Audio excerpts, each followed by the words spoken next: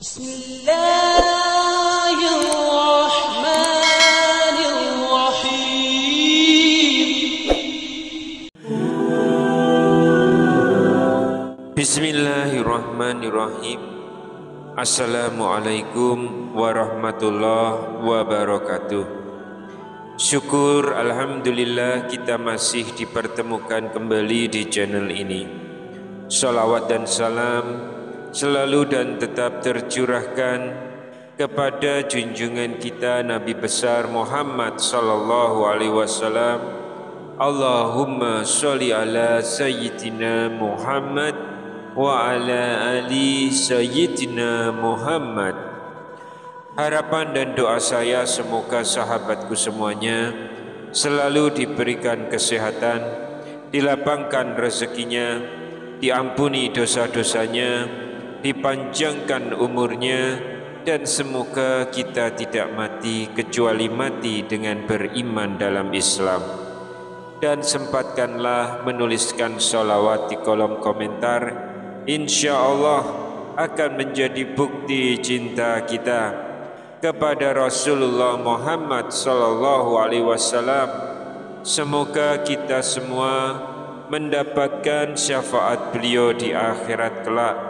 Amin ya rabbal alamin. Sahabat beriman yang dirahmati Allah, Allah subhanahu wa ta'ala adalah zat yang maha pengasih dan maha penyayang. Kasih sayangnya meliputi seluruh ciptaannya. Dia yang menciptakan kita, memberi rezeki, mengampuni dosa-dosa, dan membuka pintu taubat seluas-luasnya. Namun ada golongan manusia yang justru tidak mensyukuri nikmat tersebut. Mereka inilah yang sesungguhnya membenci Allah, bukan karena Allah bersifat zalim, tetapi karena mereka tidak taat, melanggar larangannya, dan berpaling dari petunjuknya. Padahal rahmat Allah terus turun tanpa henti. Namun ingat, meskipun mereka telah jauh menyimpang, jika mereka mau bertobat, Allah tetap membuka pintu pengampunan bagi siapa saja yang kembali kepadanya. Berikut adalah 8 golongan manusia yang hakikatnya membenci Allah subhanahu wa ta'ala karena mereka menolak kasih sayangnya dan memilih jalan kesesatan. Yang pertama adalah orang yang menyekutukan Allah atau syirik. Syirik adalah dosa terbesar dalam Islam. Menyekutukan Allah dengan sesuatu apapun, baik itu patung, manusia, atau kekuatan lain, adalah bentuk penghinaan terhadap keesaan Allah. Allah berfirman, Innallaha la yaghfiru ayyushraka bihi wa yaghfiru ma duna dzalika liman yasha. Wa may yusyrik billahi faqad iftara itsman adzima. Sesungguhnya Allah tidak akan mengampuni dosa syirik, dan Dia mengampuni dosa selain dari itu bagi siapa yang dikehendakinya. Quran surat An-Nisa ayat 48. Syirik adalah jalan kehancuran baik di dunia maupun di akhirat. Yang kedua adalah orang yang sombong, ujub, dan takabur. Kesombongan bisa menghancurkan amal. Orang yang merasa dirinya paling benar, paling hebat, dan merendahkan orang lain telah mengidap penyakit hati yang berbahaya. Allah subhanahu wa ta'ala berfirman, Innallaha la yuhibbu man kana mukhtalan fakhura. Sesungguhnya Allah tidak menyukai orang-orang yang sombong dan membanggakan diri. Quran surat An-Nisa ayat 36. Nabi Muhammad juga bersabda, tidak akan masuk surga seseorang yang di dalam hatinya terdapat kesombongan walau sebesar biji sawi. Hadis riwayat Muslim. Yang ketiga adalah orang yang berbuat zalim. Kezaliman adalah kebalikan dari keadilan. Setiap bentuk penganiayaan, baik kepada manusia, binatang, alam, bahkan terhadap diri sendiri, adalah perbuatan yang sangat dibenci oleh Allah. Wallahu la yuhibbud zalimin. Dan Allah tidak menyukai orang-orang yang zalim. Quran Surat Ali Imran ayat 57. Yang keempat adalah orang yang memutus silaturahmi. Silaturahmi adalah perintah langsung dari Allah, dan memutuskannya termasuk dosa besar.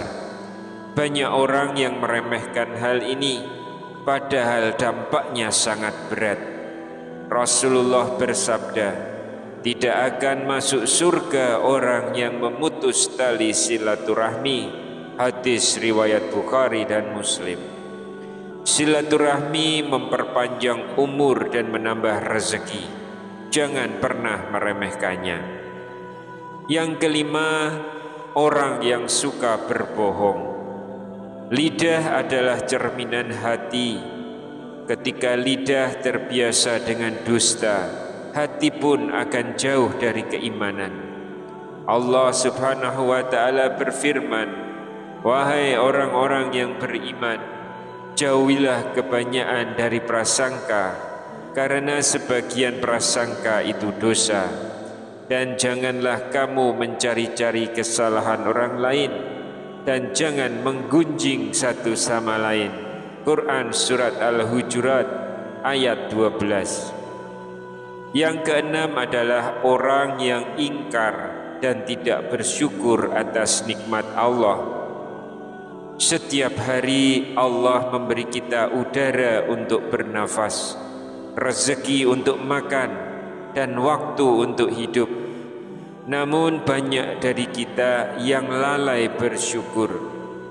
Zalika bi annahum kanu ya'furuna bi ayatillah wa ya'tuluna al-anbiya'a bi ghairi haq. Zalika bimma as-sawwa kanu ya'tadun. Itu karena mereka kafir terhadap ayat-ayat Allah dan membunuh para nabi tanpa alasan yang benar. Itu karena mereka durhaka dan melampaui batas. Quran Surat Ali Imran ayat 112. Kufur nikmat menjauhkan kita dari ridho Allah dan menjerumuskan kita pada kebinasaan. Yang ketujuh adalah orang yang membunuh tanpa hak. Membunuh satu jiwa tanpa alasan yang dibenarkan agama, seolah-olah membunuh seluruh umat manusia. Dan janganlah kamu membunuh jiwa yang diharamkan oleh Allah untuk membunuhnya, kecuali dengan alasan yang benar.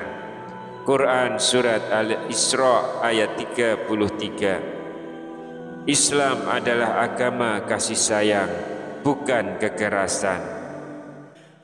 Yang kedelapan adalah orang yang suka menyakiti hati orang lain, baik dengan kata-kata kasar, sikap yang menyakitkan, atau hinaan yang merendahkan.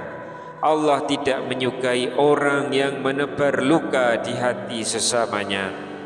Wa qulu linnasi husna, dan ucapkanlah kata-kata yang baik kepada manusia. Quran Surat Al-Baqarah ayat 83. Rasulullah sendiri adalah sosok yang paling lembut dan penyayang. Sudah sepatutnya kita meneladani beliau.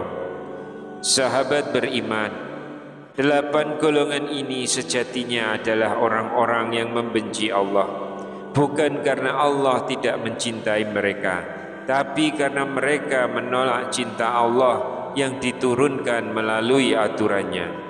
Allah telah memberi cahaya, namun mereka memilih kegelapan. Namun Allah tidak menutup pintu bagi siapapun yang ingin kembali.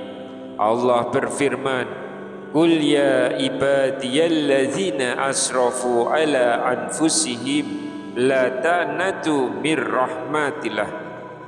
Katakanlah wahai hamba-hambaku yang telah melampaui batas terhadap diri mereka sendiri, janganlah kamu berputus asa dari rahmat Allah. Quran Surat Az-Zumar ayat 53. Semoga kita dijauhkan dari sifat-sifat yang dibenci oleh Allah dan senantiasa diberi hidayah untuk menjadi hamba yang dicintainya. Amin ya rabbal alamin. Wallahu alam bisawab. Wassalamualaikum warahmatullahi wabarakatuh.